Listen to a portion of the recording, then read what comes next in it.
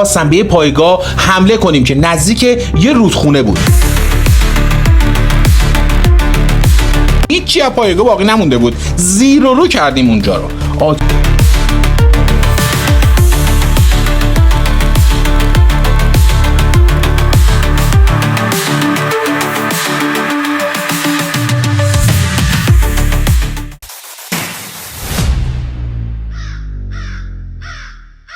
درود بر شما، اینجا زاغ مدیاس و من هم جلال هستم. امروز با یک ویدیوی فوق‌العاده جذاب و پر از لحظه‌های مخاطره آمیز پیش شما آمدم از یک عملیات محرمانه توی عمق خاک عراق، عملیاتی که هیچ جا هنوز در موردش صحبتی نشده و کسی هم در موردش ویدیو و فیلمی رو منتشر نکرده و زاغ مدیا اولین رسانه است که داره این موضوع رو برای شما ویدیوشو تهیه میکنه و در اختیار شما قرار میده.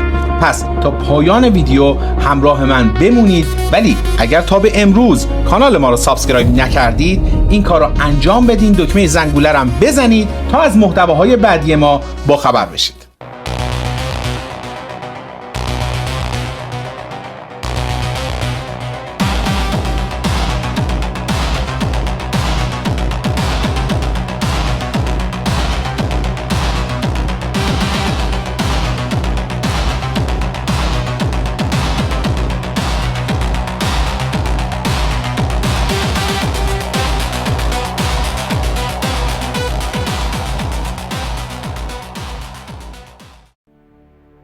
اما قبل از اینکه این روایت جذاب و فوق‌العاده رو شروع کنم برای شما بیان کردن، باید بهتون بگم که این روایت هم طبق قولی که به شما عزیزان میهم پرست داده بودم از زبان دلاور مرد تیپ نوهد یعنی جناب ولی خواجه‌بندی داره روایت میشه و خودشون داخل این عملیات حضور داشتن و من هم طبق معمول همیشه این روایت جذاب و مخاطره آمیز رو از زبان خود ایشون برای شما بیان میکنم. پس یک نفس عمیق بکشید و با من وارد این روایت و این عملیات جذاب بشید. ایشون اینجور روایتشون رو شروع میکنن که تیر ماه 1363 بود که قطار از تهران راه افتاد. ما همه داخل اون قطار بودیم، طی یک گروهی داشتیم میرفتیم به سمت مراغه. از اونجا هم با اتوبوس رفتیم به اشنویه. 2 روزم اونجا موندیم، منتظر بودیم تا بالاخره حکم مأموریت بهمون ابلاغ شد. ما رو فرستادن به منطقه‌ای به اسم لولان، 20 کیلومتر داخل خاک عراق. ما تقریباً 48 نفر بودیم و بالاخره رسیدیم به اون منطقه‌ای که برامون تعیین کرده بودن. اونجا بود که مأموریت اصلی رو بهمون ابلاغ کردن و همه با هم راه افتادیم به سمت منطقه‌ای به اسم قلندر. قلندر نزدیک شهر سیدکان بود. تقریبا میشه گفت که دور و برای استان اربیل عراق بود. یه هفته گذشت و بعدش تیم‌ها رو تقسیم کردن و هر کدوم رو فرستادن به یه مأموریت جداگونه. اما تیم ما توی همون ارتفاعات قلندر موندگار شد. علی محمدزاده، شهید احمد فروغی، علی هداوند، صدفان یکم مقصودی، عقیل و غیره و بقیه و زالک از بچه هایی بودن که من باهاشون توی قلندر موندم. خیلی با هم صمیمی بودیم و خیلی با هم رابطه خوبی داشتیم. جز تصمیم گیری های نهایی توی بقیه موارد همه نظراتمون رو میگفتیم، به پیشنهادهای هم واقعا احترام میذاشتیم. فقط خودمون میدونستیم که فرمانده تیم کیه و هر کس چه مسئولیتی داره. خیلی زود مأموریتامون شروع شد. باید از قلندر میرفتیم به منطقه کرد و از اونجا میرفتیم سر مناطق عملیاتی.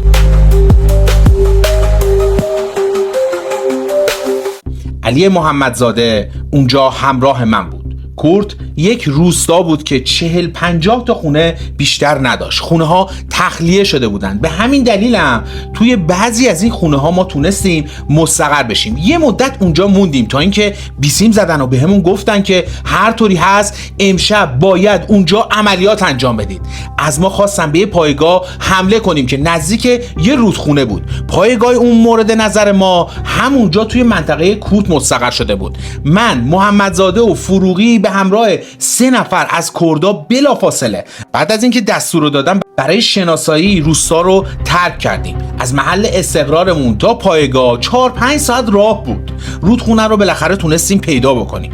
دیدیم که یه طرف رودخونه پایگاهه و طرف دیگه‌ش هم که ما وایسادیم یه ارتفاعی است. ارتفاع از اونجا تا پایگاه 150 متر فاصله داشت. عرض رودخونه زیاد نبود ولی خیلی گود بود. پایگاه بزرگی بود که حد اکثر 100 تا نیرو داشت. سنگرهای زیادی هم داخلش بود و از همونجا هم دیده میشد. شناسایی که تموم شد برگشتیم به مقرمون توی کرد. برای عملیات تعدادی از نیروها داوطلب شدن. نیازی نبود که فرمانده بخواد اونجا انتخابی انجام بده. هر عملیاتی پیش می اومد همه برای رفتن پیش دستی میکردن. من آرپیچی زن بودم و کمکم هم محمدزاده بود. شهید فروغی هم آرپیچی زن بود. من و عقیل و مقصودی و محمدزاده و 10 نفر از پیشمرگه های کرد 4 بعد از ظهر راه افتادیم. رئیس دسته کردا یه شخصی بود به اسم کاک احمد دوبر. یه سیبیلای چخماخی بسیار زمختی هم داشت و پرپشت بود. داشت از بناگوشش میزد بیرون. تقریبا 50 سالش بود و خیلی هم قدش بلند بود. اینقدر که وقتی که کلاشو میگرفت دستش انگار یه چوب دستی کوچیک گرفته دستش. به طرف هدف حرکت کردیم. با تاریک شدن هوا رسیدیم به یه روستای بسیار کوچیک که فقط 4-5 تا خونه بیشتر نداشت. روستا تخلیه شده بود و کسی هم اونجا زندگی نمی‌کرد. هر چند نفر رفتیم تو یکی از این خونه ها و نماز و استراحت و آماده سازی تجهیزات. یکی از خونه ها درخت انگور داشت. انگوراش هم خیلی دونه درشت و به نظر خوشمزه بود. از همه شاخه ها این انگورا آویزون بود. فروغی که خیلی شوخ و خوش طبع و پر انرژی بود به بقیه گفت بخورید از این انگورا صفا کنید برای خودتون. دیگه همچین انگورای گیرتون نمیادا. انگورا خراب میشه. بخورید بابا. هممون از انگورا خوردیم.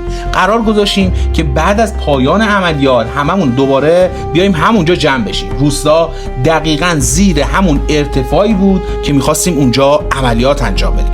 دوباره به سمت هدف راه افتادیم و تقریباً 40 دقیقه بعد یعنی ساعت 10 شب رسیدیم نزدیکی ارتفاع مورد نظر. من، محمدزاده، فروغی، مقصودی، عقیل و یکی از بچه‌ها رفتیم روی ارتفاعی که کاملاً مشرف بود به پایگاه. اونقدر به پایگاه نزدیک شدیم که صدای عراقی‌ها راحت شنیده میشد. داشتن آواز میخوندن، داشتن با هم شوخی میکردن، میخندیدن. دور پایگاه هم پر سیم خاردار بود. یه تعداد زیادی هم سنگر توی پایگاه وجود داشت. از تجهیزات پایگاه ما که اطلاعی نداشتیم. فقط یه خمپارانداز رو تونستیم ببینیم و توی بعضی از سنگرها هم دوشگاه بود. از داخل سنگراشون نور کمی سوسو میزد. همه جا تاریک بود و قرار شد که کمی بعد از ساعت 11 شب اولین گلوله رو شلیک بکنیم. کردا هم همون موقع از عقب حمله بکنن. یکی از بچه‌ها رأس ساعت مقرر صدای الله اکبرش بلند شد و شروع کرد به شلیک کردن. من و فروغی هر کدوم 7-8 گلوله آرپیجی داشتیم و شروع کردیم به شلیک. بقیه هم شروع کردن به تیراندازی.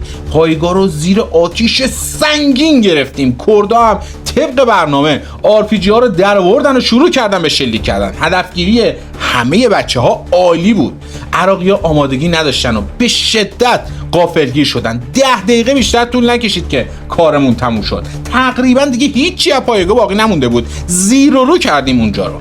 آتیش رو که قطع کردیم، عراقی‌ها شروع کردن به تیراندازی. حالا نوبت اونا بود که ما رو زیر بارون آتیش بگیرن. با خمپاره شروع کردن به سمتمون شلیک کردن. البته خمپاره ها از پایگاه های دیگه شلیک میشد.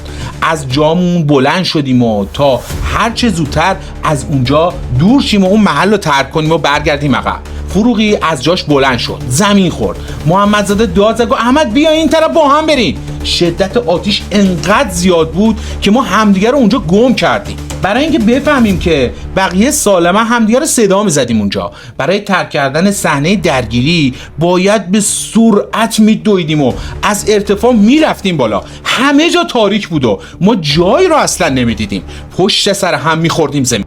دست و پامون هم حسابی خونیمالی شده بود. از پشت یه تخت سنگ میپریدیم پشت یه تخت سنگ دیگه تا یه جونپناهی برای خودمون درست بکنیم و بتونیم که کم کم برگردیم عقب.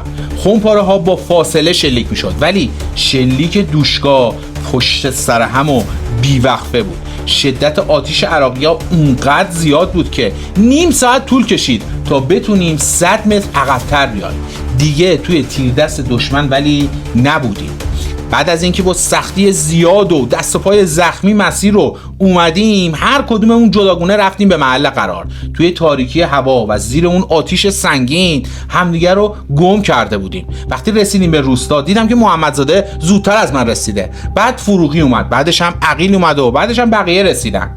آخرین نفرم مقصودی بود. کردا زودتر از ما رسیده بودن. خونپاره‌های عراقی‌ها تا نزدیک روستا می اومد لعنتی.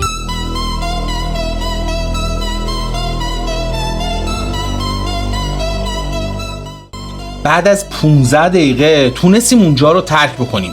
برای خارج شدن از روستا و برگشتن به پایگاه باید از یه ارتفاع شنی عبور میکردیم که صاف توی دید عراقی‌ها بود. به صورت یه ستون شروع کردیم به بالا رفتن از اون ارتفاع. روی ارتفاع که بودیم عراقی‌ها شروع کردن به منور زدن که یهو ما رو اونجا رو دیدن و آتیش دوشگاه شروع شد به سمت ما شلیک کردن. تقریبا نزدیک نوک ارتفاع بودیم که مقصودی و فروغی که آخرین نفرات اون ستون بودن تعادلشون به هم خورد و قل خوردن رفتن پایین دره. حداقل 50-60 متر قل خوردن و رفتن اون پایین. به خاطر اینکه منور میزدن پشت سر هم عراقی‌ها قشنگ میدیدیمشون که دارن میافتن اون پایین دره. اما کردایی که بعد از اونا بودن گفتن که شما برید بالا، ما میریم اونا رو ور میداریم و میایم، منتظر ما نباشید، برید سر قرارمون. لحظات سخت و خیلی طاقت فرسایی بود. شلیکای بیوقفه ادامه داشت. باران گلوله بود که رو سرمون میریخت. حرکتمون رو بسیار سخت و نفسگیر کرده بود. فقط یه راه مالرو جلوی راهمون بود. دیگه نمیتونستیم پخش بشیم و مجبور بودیم که همگی توی یه ستون پیش هم راه بریم. آخرش رسیدیم به نوک ارتفاع. نیم ساعت هممون اون بالا وایسادیم تا فروغی و مقصودی و بقیه کردا از راه رسیدن و همگی به طرف مقر راه افتادیم. تقریبا ساعت 2 شب بود که رسیدیم. ابراهیم سفری بیرون اتاق یکی از خونه‌ها نشسته بود و داشت دعا میخوند برای خودش. یه آدم بسیار محجوب و مذهبی و مؤمن بود بنده خدا.